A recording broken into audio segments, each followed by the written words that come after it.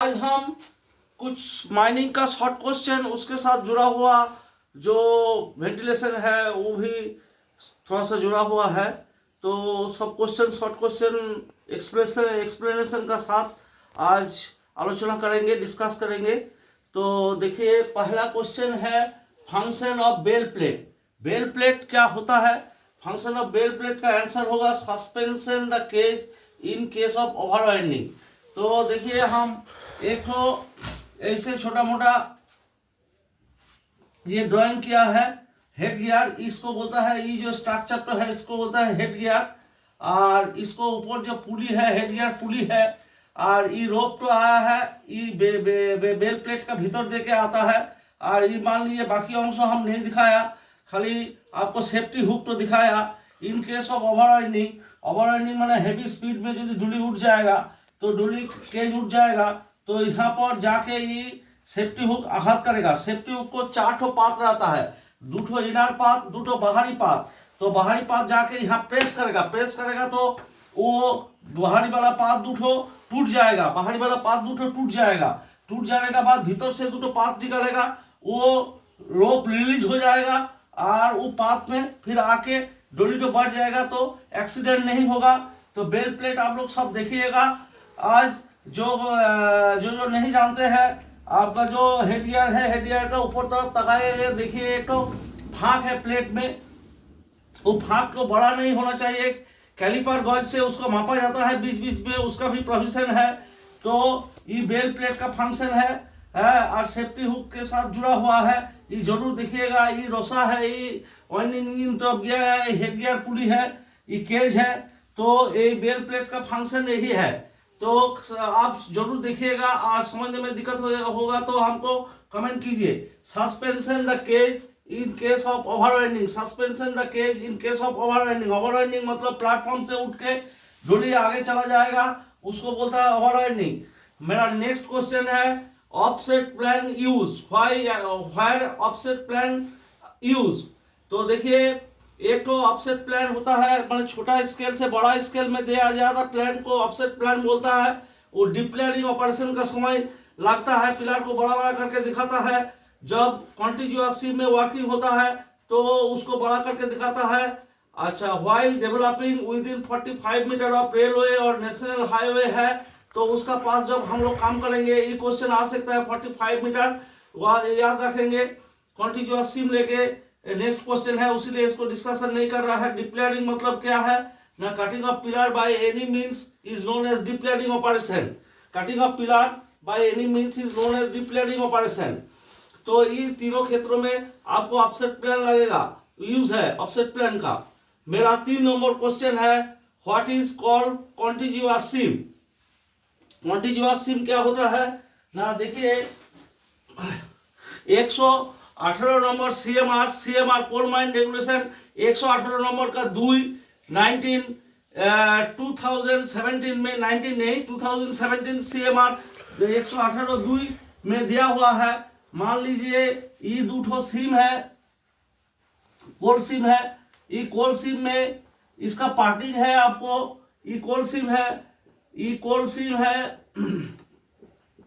कोल सीम है, 2 ठो कोल सीम है, ये कोल सीम है और ये भी कोल सीम है, ये भी कोल सीम है, सीओएल कोल सीम है, कोल सीम एसीएम। तो इसका भीतर जो पार्टिंग है, ये पार्टिंग यदि 9 मीटर और लेस होता है, और 9 मीटर और लेस होता है, तो ये दोनों सिम को 9 मीटर और लेस होता है, तो दोनों सिम को बोलता है कंटिन्यूअस सिम। कंटिन्यूअस सिम में यदि आपको 30 डिग्री से इंक्लिनेशन कम रहेगा, तो 30 डिग्री इंक्लिनेशन से कम रहेगा तो आपको क्या करना पड़ेगा ना? Gallery over gallery, pillar over pillar होगा। एक ही असिस्टेंट मैनेजर का नर्स ये चार्ज रहेगा। Gallery over gallery, pillar over pillar, ये क्वेश्चन पढ़ सकता है, gallery over gallery, pillar over pillar. लेकिन आपको 30 डिग्री से ज्यादा हो जाएगा इंक्लिनेशन, तो ऐसे नहीं चलेगा, वैसे डीजीएमएस जो परमिशन देगा उसी से काम करना पड़ेगा। तो 30 डिग्री से ज्यादा इंक्लिनेशन, ये बात तो ख्याल रखना पड़ेगा। Unless otherwise declaration inclination 30 degree से कम होगा तो gallery over gallery, pillar over pillar होगा। और इसको लिए आपको वर्किंग करने के लिए 2 कॉपीज ऑफ प्लान देना पड़ेगा, एग्जिस्टिंग पोजीशन, दोनों सिम का थिकनेस, ये सब देके डीजीएमएस के पास एप्लीकेशन करने से परमिशन मिलता है। लेकिन यहाँ ख्याल करने का एक बात है, मान लीजिए ई सिम तो ऐसे चला गया और ई सिम तो ऐसे चला गया, तो ये दोनों का सिम का जो पार्टिंग लेस देन 3 मीटर और लेस देन 3 मीटर हो जाएगा तो और काम नहीं चलेगा। ये अब 9 मीटर से परमिशन लिया है, 9 मीटर 6 मीटर आपको चलते सकता है, 5 मीटर तक चलेगा, लेकिन 3 मीटर जैसे आ जाएगा तो और काम नहीं चलेगा, तो उसका फिर डीजीएमएस से परमिशन लेना पड़ेगा। लेकिन डीजीएमएस जनरली परमिशन देता नहीं है, क्योंकि टॉप और बॉटम में ज्वाइन हो जाने का चांसेस है, कोलैप्सिंग का चांसेस है। तो ये था कॉन्टिन्यूअस सिम का बारे में। ये क्वेश्चन में परीक्षा में आता है, 9 मीटर और less parting in between 2 seam is known as continuous seam. इसको लिए हम अनुरोध करते हैं आप लोग को CMR 118(2) नंबर धारा को पढ़ के देखिए, है समझ में नहीं आएगा तो कमेंट कीजिए। 4 नंबर हमारा क्वेश्चन है, where plastic bolting is use. तो प्लास्टिक बोल्टिंग क्या होता है ना, ऐसे जो टोपी का जैसे होता है, प्लास्टिक बोल्टिंग टोपी का जैसा होता है। यहाँ पर ये प्लास्टिक बोल्टिंग जो है ये कहाँ यूज होता है ना, प्लास्टिक बोल्टिंग यूज होता है लॉन्ग वॉल का जो गेट रोड है वहां पर व्यवहार होता है प्लास्टिक बोल्टिंग। लॉन्ग वॉल का गेट रोड में व्यवहार होता है। लॉन्ग वॉल का गेट रोड, एक लॉन्ग वॉल ड्राइंग कीजिए ना, एक लॉन्ग वॉल का पैनल ड्राइंग कीजिए। ये लॉन्ग वॉल का पैनल धरिए, ये पैनल में ये गेट रोड है, ये गेट रोड है, गेट रोड ये वाला भी गेट रोड है, ये वाला भी गेट रोड है। तो गेट रोड का आपको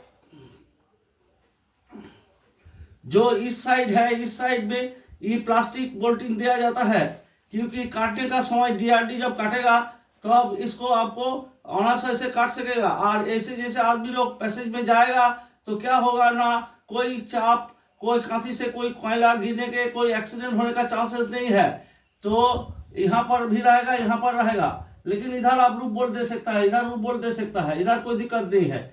इधर दिक्कत, रूफ बोल्ट देने से क्या दिक्कत है ना, डीआरडी का जो मशीन का पीक है वो पहले बैम्बू बोल्ट देता था, वो काटने आएगा तो प्लास्टिक बोल्ट को काट देगा इजीली, लेकिन यदि रूफ बोल्ट रहेगा तो उसका मशीन का दाता खराब हो जाएगा। उसीलिए नया डेवलपमेंट है प्लास्टिक बोल्टिंग। तो ये सब प्लास्टिक बोल्टिंग है, प्लास्टिक बोल्टिंग यूज होता है लॉन्ग वॉल का गेट रोड में। ये सब प्लास्टिक बोल्टिंग है, प्लास्टिक बोल्टिंग है, प्लास्टिक बोल्टिंग है।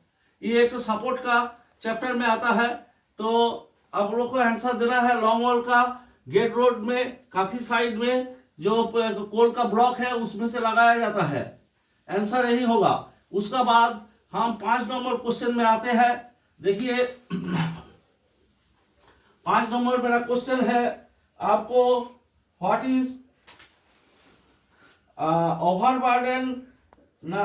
5 नंबर क्वेश्चन है, jaw clutch is provided in कौन कॉलेज में, jaw clutch is provided, jaw clutch is provided.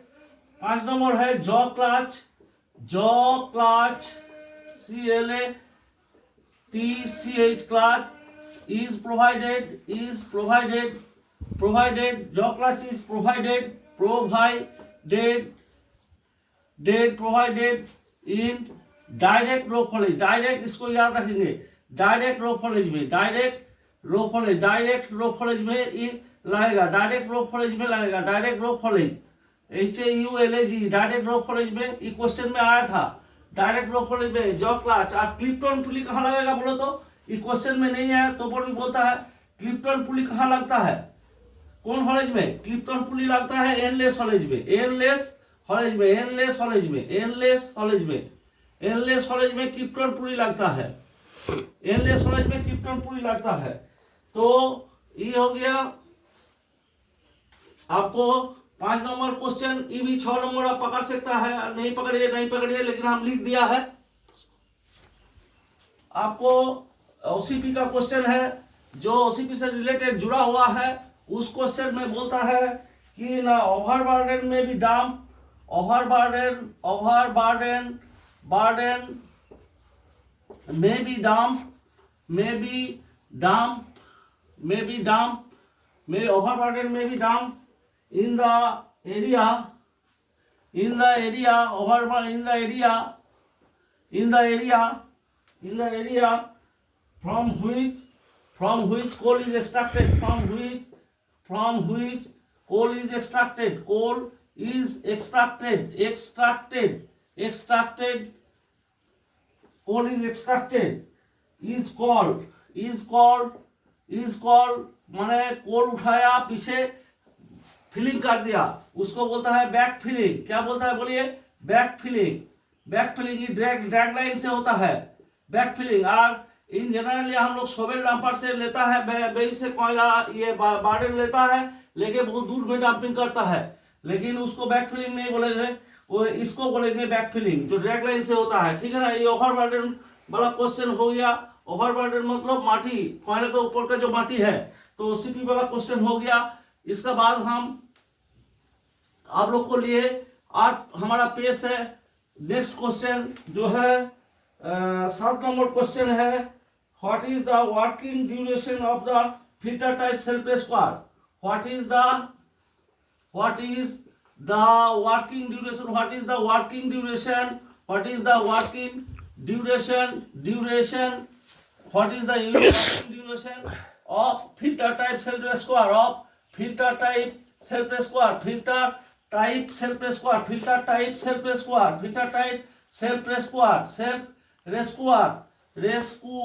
Filter type self square. ये एस्केपिंग apparatus है, ये ख्याल रखेगा। मैंने पढ़ो और भागो, चाचा अपन प्राण बचाओ, इसमें कोई किसी को हेल्प करना नहीं है। तो सेल्फ स्क्वायर 45 मिनट से 60 मिनट आदमी का ऊपर डिपेंड करता है। 45 to 60 मिनट इसका टाइम है। दो फैक्टर इसको काम करता है, जितना जल्दी जाएगा उतना जल्दी शेष होगा, और आदमी का शरीर का गठन का ऊपर डिपेंड करेगा। कोई ज्यादा सांस लेता है तो उसको कम चलेगा, और धीरे धीरे सांस लेगा तो आदमी का ऊपर डिपेंड करेगा, और चलने का गति का ऊपर डिपेंड करेगा। तो ऊपर भी 45 से 60 मिनट तक उसको मौका मिलेगा भागने का। तो सेल्फ स्क्वायर कहाँ होता है? जहाँ आग लगता है, जहाँ स्पॉन्टेनियसिटी होता है, जहाँ धुआं है। तो आपको for escaping through atmosphere containing carbon monoxide gas, लेकिन अभी का सेल्फ स्क्वायर सब गैस से एस्केप करने का फैसिलिटीज है। अभी का सेल्फ स्क्वायर अभी माइन एटमॉस्फेयर से कोई जुड़ा हुआ नहीं है, तो आराम से यूज कर सकता है। What is lag on ignition? What is lag on ignition? What is lag on ignition? तो बाबू लोग थोड़ा बताइए तो, CH4 एक्सप्लोजन होने के लिए, CH4 एक्सप्लोजन के लिए क्या क्या चाहिए? एक्सप्लोजन के लिए क्या क्या चाहिए? एक नंबर चाहिए sufficient quantity of oxygen, sufficient ACFFI, sufficient quantity of oxygen, sufficient quantity of oxygen, quantity of oxygen, sufficient quantity of oxygen O2। 2 number चाहिए CH4 5.4 to 14.8% to 14.8% by volume। Source of ignition चाहिए, आग चाहिए, source of ignition and 4 number point है lag on ignition होना चाहिए। Lag on ignition यही lag on ignition लेके हम आलोचना करेंगे। तो किसी का आइडिया क्लियर नहीं है कि लैग ऑन इग्निशन क्या होता है। तो सफिशिएंट क्वांटिटी ऑफ ऑक्सीजन चाहिए, CH4 चाहिए इतना मात्रा में एक्सप्लोजन के लिए, CH4 के लिए।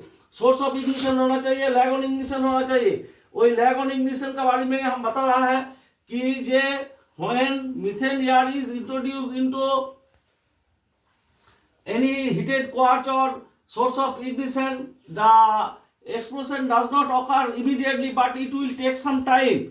तो एक तो कागज लीजिए, कागज में आग लगाइए और ऐसे दीजिए और ऐसे हटा दीजिए, तो वो कागज में पेपर में आग नहीं लगेगा, बल्कि उसमें कुछ कांटेक्ट समय रहेगा धर के, तब जाके आग लगेगा। तो वो जो कांटेक्ट किया है और आग लगा है उसका बीच का जो समय है उसका इंटरवल को बोलता है लैग ऑन इग्निशन। वैसे मीथेन एयर मिक्सचर प्रेजेंट है और आग मारा, चिंगारी मारा, संग संग बंद हो गया, तो उसमें एक्सप्लोजन नहीं होगा। उस चिंगारी को कुछ देर तक रहना चाहिए, तब वो जाके उसको कांटेक्ट में रहेगा, तो फाइनली तब एक्सप्लोजन होगा। यही इसी को कॉन्सेप्ट को बोलता है lag on ignition. This period, lag on ignition का पीरियड डिपेंड करता है सोर्स ऑफ जो नेचर ऑफ इग्निशन है और मटेरियल कैसे है उसका ऊपर डिपेंड करता है। तो लैग ऑन इग्निशन क्या होता है ना, period depend upon the initial temperature and character of the igniting source, ये दोनों का ऊपर निर्भर करता है। The heated source must not only be of sufficient temperature but must also be in contact with the inflammable gas mixture for some time. This some time is known as lag on ignition. तो इसमें question है एक तो if 10% methane air mixture,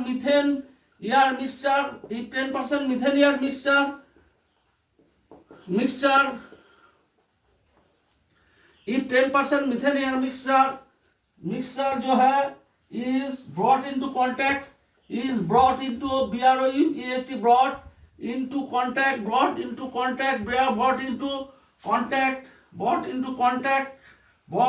contact with a heated quartz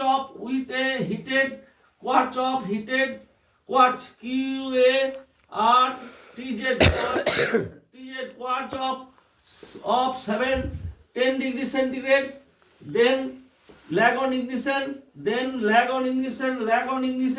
will be 9 second, कितना बोला 9 second, ये question में गिरा है 9 सेकंड। तो चलिए चलते चलते बहुत कुछ बता दिया लैग ऑन इग्निशन के बारे में। उसका बाद है थोड़ा हमारा रेस्क्यू से कभी क्वेश्चन ज्यादा नहीं किया है, तो रेस्क्यू रिलेटेड एक क्वेश्चन आप डिस्कस करता है, what is the function of rescue station. Rescue station हम लोग को ईसीएल में सीतारामपुर में है। रेस्क्यू स्टेशन का अंडर में होता है, तो रेस्क्यू रूम नहीं, रेस्क्यू स्टेशन का फंक्शन क्या होता है। Rescue station function important initial training, एक नंबर होता है imparting initial training. Rescue station का फंक्शन क्या है ना, rescue station imparting initial training, imparting initial training in rescue and recovery work,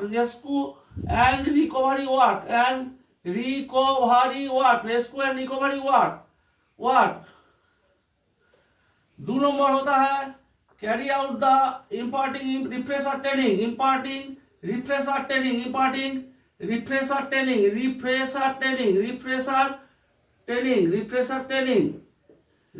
training, carry out the function of rescue room, carry out the function of rescue room, carry out the function of rescue room where there is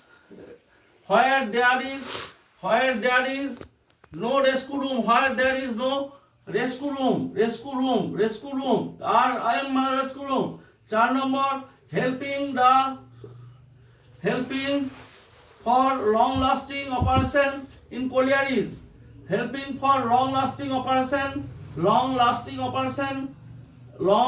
बहुत दिन चल रहा है उसमें वो लोग help करेगा। long lasting operation by its own team,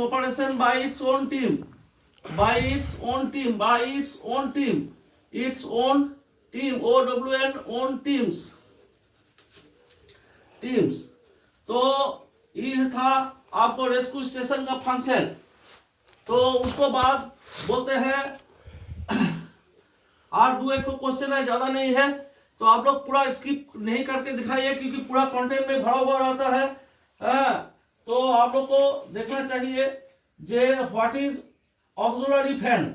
auxiliary fan का क्या है, AU XI LI ARY auxiliary fan के बारे में।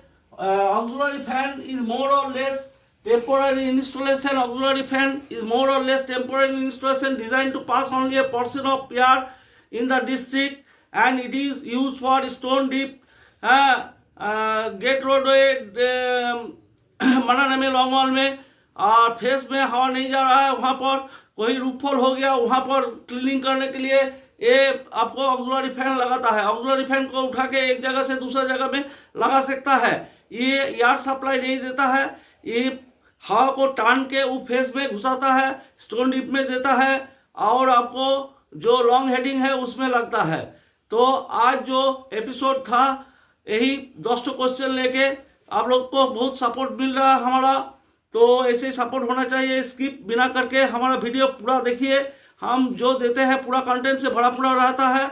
अच्छा, कल का वीडियो में सर्वे और माइनिंग का दिया था। कोई सोचा था कि सर्वे वाला जो है तो माइनिंग नहीं है बोल के नहीं देखा है, लेकिन ऐसे नहीं है। सर्वे के बाद माइनिंग का क्वेश्चन दिया हुआ है। तो चलिए ऐसे चलते रहिए और देखते रहिए, और हमारा चैनल जो है माइनिंग जयदेव को सब्सक्राइब कीजिए और हमको आगे बढ़ाने के प्रयास कीजिए।